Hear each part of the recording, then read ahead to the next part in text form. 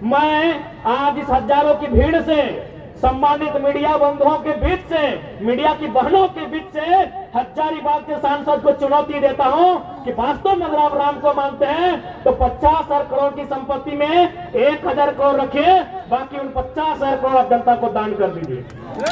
राम जी का विवाद कब का है? 1528 का है। समाधान कब हुआ? 21वीं सदी में। समाधान किन्होंने करवाया? लोकतंत्र ने। लोकतंत्र ने। तो भाई जब मुगलों के काल की समस्या का समाधान लोकतंत्र में हो सकता है तो हम तो अंग्रेजों की काल की समस्या का समाधान मांगे। जब राम जी की समस्या का समाधान 500 साल बाद यही लोकतंत्र का बुनियादी, यही लोकतंत्र का सर्वोच्च न्यायालय करता है, तो 50 साल पहले जो हमारा जमीन अधिग्रहण हुआ है विकास के नाम पे, जो आज खाली पड़ा है, जो टाटा के कब्जे में है, कहीं एचईसी के कब्जे में है, कहीं हिंडाल्को के कब्जे में है, कहीं एनटीपीसी कब्जे में है, तो क्या हमारा भी अधिकार नहीं बनता है कि लोकतंत्र उसका समाधान करे? यशस्वी सांसद, आपके लोकप्रिय सांसद, आपके धर्मात्मा सांसद, अब भाई राम के नाम से वोट मांगते तो धर्मात्मा ही होंगे, और आपने दिया है। इस धर्मात्मा सांसद ने पूछा कि ये प्रोजेक्ट कितने में कंप्लीट हो सकता है? बोला सर हार्डली 15 से 20 करोड़ में पूरा हो जाएगा। इस धर्मात्मा, आपके लिए धर्मात्मा, हमारे लिए कहीं ना कहीं ये मानव के रूप में छुपे दानव है। इसने कहा इसको 250 करोड़ बनाइए। आप पता कर लीजिएगा, राजनेपा प्रोजेक्ट वहां 15 करोड़ में ये योजना थी, इन्होंने कहा इसको 250 करोड़ बनाइए। यानी जो योजना 15 करोड़ में हो सकती थी, 250 करोड़ किसके लिए? अपने लिए, अपनी पत्नी के लिए, अपनी साली के लिए, अपनी सलहद के लिए।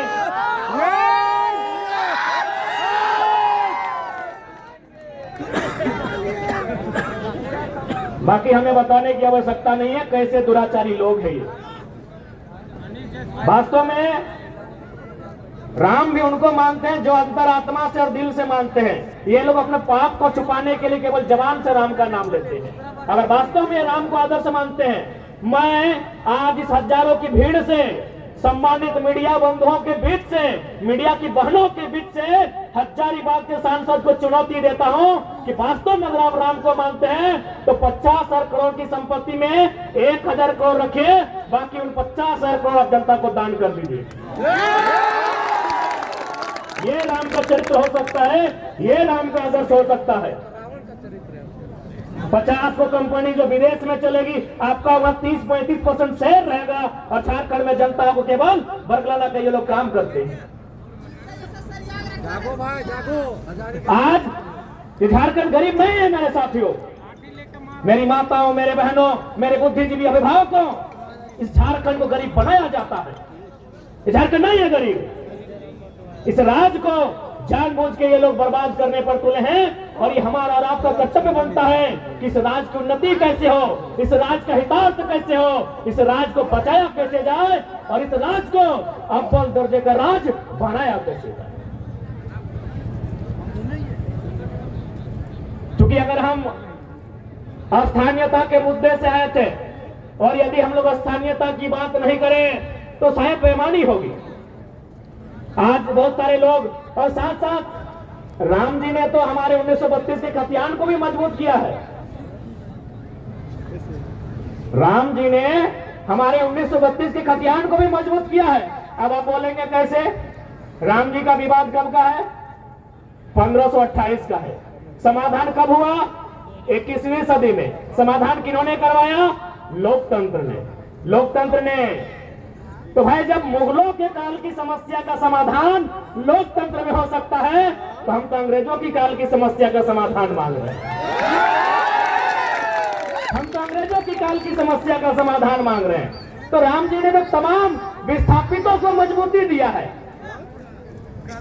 तमाम विस्थापितों को, जिनका जमीन 50 साल पहले टाटा ने लिया है, डीवीसी ने लिया है, वेदांता ने लिया है, सीसीएल ने लिया है, बीसीसीएल ने लिया है, ईसीएल ने लिया है, एचईसी ने लिया है, हिंडाल्को ने लिया है, मगध, आम्रपाली, एनटीपीसी ने लिया है, 50 साल पहले लिया है।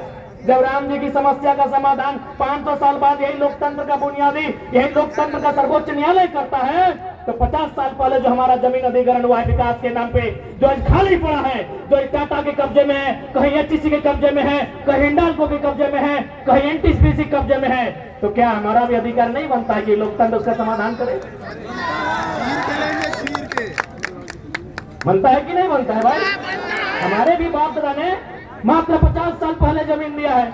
एनटीपीसी को दिया है कोयला खोदने के लिए, मगध आम्रपाली को दिया है, टंडवा में दिया है, पिपरवार में दिया है, राय बचरा में दिया है, बड़का गांव में दिया है, गोंदलपुरा में देने वाले हैं, लेने वाले हैं। वो कर्फ्यू का माहौल है। यही बिशुनगढ़ में कोणार्क डैम के माध्यम से दिए हैं। तो हमें भी इस लोकतंत्र में उतनी ही आस्था है।